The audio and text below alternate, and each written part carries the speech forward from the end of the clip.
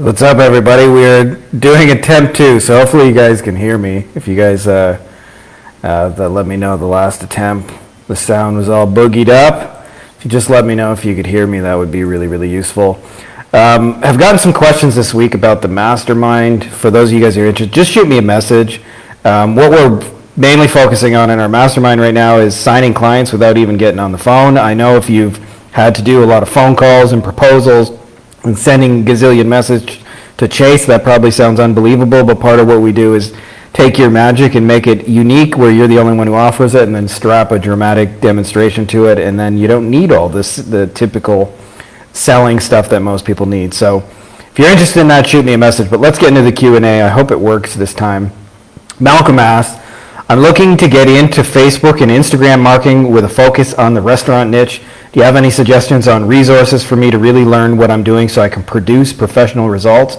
Any and all tips are also welcome. Thank you in advance. Malcolm, very, very simple. Do not reinvent the wheel. Find some restaurants that are already getting results and see if you can reverse engineer what they're doing, especially if you're not going to be their competition. They'll almost always happily tell you what it is. And then the second thing is look for what's already working in similar and related hospitality niches that you can borrow and swipe and put in there. There's no need to reinvent the wheel, and then you can create something that's new and unique in your niche, but it's not really new and unique. That's one of my big secrets, is taking stuff from one niche where it's already working to another niche where they've never heard of it. Victoria, which WordPress themes do you like most for local business? The most functional and lightweight. I'm personally in love with GeneratePress, but not sure if it's a good idea to do GeneratePress plus appointment booking plugin. Any thoughts? Well, it sounds like it's working for you, Victoria, so I wouldn't change it. If it's not broken, don't fix it. I'm hoping you guys can hear me, by the way, this time around. But most of the designers I know are using Astra theme, so I would suggest if that's your thing, use that. But if it's working for you, don't change it. Like, don't reinvent the wheel just to reinvent the wheel. Sohail, some experts suggest that an average buyer takes 7 touch points before making a purchase, but when I see the lag time report under Google Analytics, it says it's 85% of users who make a purchase on the same day, and only 15% of users take more than one day. Can you explain this? Crank down the mic, he says. Okay, let's see if I can turn down the mic. It seems there's no winning with the technology. Sohail, so your question, there we go. How's that for mic volume? Hopefully this is better.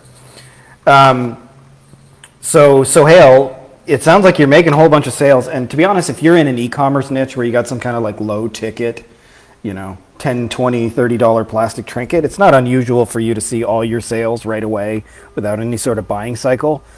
The more you get into like a high-end niche where you're dealing, like our kind of services, maybe you're selling to dentists or doctors or lawyers or accountants or whatever, the more high-end stuff you sell and the more intangible, the longer that buying cycle is going to take.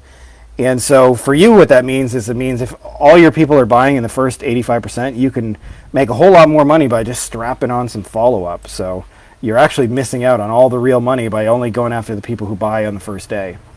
Nana, what's your favorite method of client acquisition for your Facebook ads?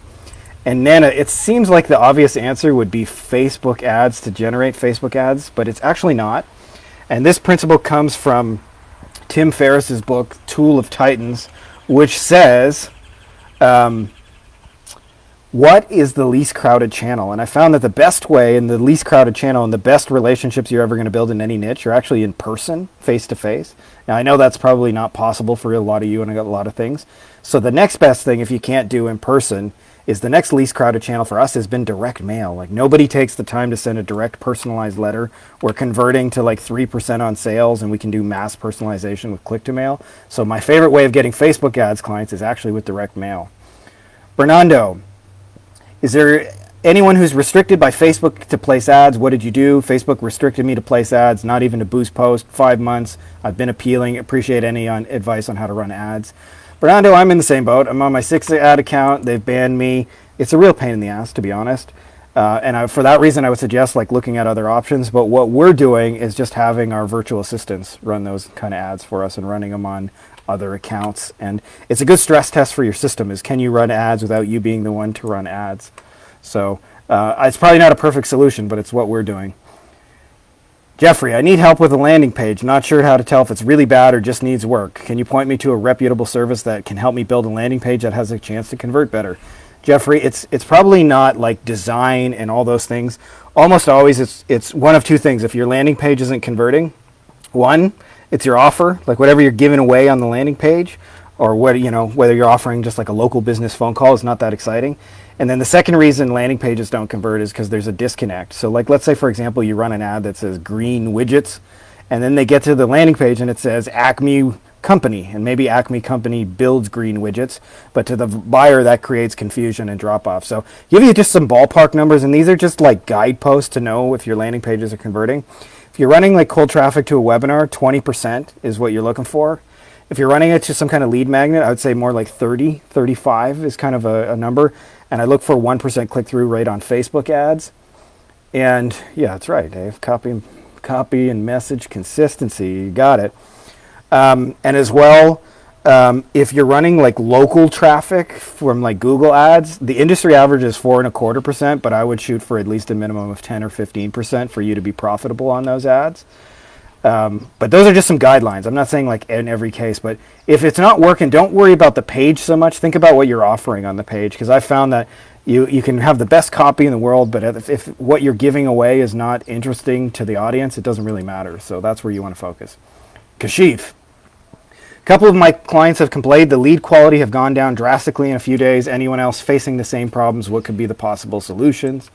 Kashif, I'm assuming you're either doing some combination of Facebook ads or Google ads. And just so you know, this is only going to happen 100% of the time over and over, and so you have to find new and creative angles to make it new. This doesn't mean like you have to come up with new offers like perpetually. You can like cycle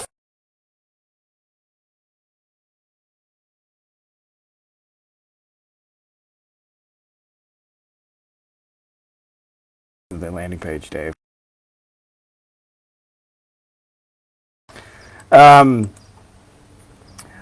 So if the leads are going down, it just means you got to change what you're doing. That's just the nature of the beast. You can't just set them and forget them forever. It's very rare. Mohammed, should I start a blog or a YouTube channel? If you got a converting offer, Mohammed, then whatever one of those you like more. If you like writing, do a blog. If you like videos, do YouTube. There's no have to. And if at all possible, if you got a converting offer, do both. But if you don't have a converting offer, don't start there, because you're just going to build a lot of content that goes nowhere. Lucas, I would like to rank my online fitness business nationally while adding a physical local address. Reviews and citations help me rank nationally. I'm not trying to get clients to train locally, but digitally. Thank you, Lucas. Two parts to that. Firstly, probably not. Like, if you do the citations and reviews, you'll get a couple of links, but they're not going to make a real difference nationally. So it's might have a 5% impact, but nothing major. But secondly, if it sounds like your goal is just to get people to work for you digitally, there's way easier ways to do that than trying to rank nationally. Rank nationally, even when you're good at it for competitive terms, will take you over a year. But if you just find people like in groups that already have those problems, you could be selling it by the end of today. So my suggestion to you is don't get so locked into the idea that you got to do SEO. Nathan, what is the key to training sales reps? Well, I have a very different opinion than most.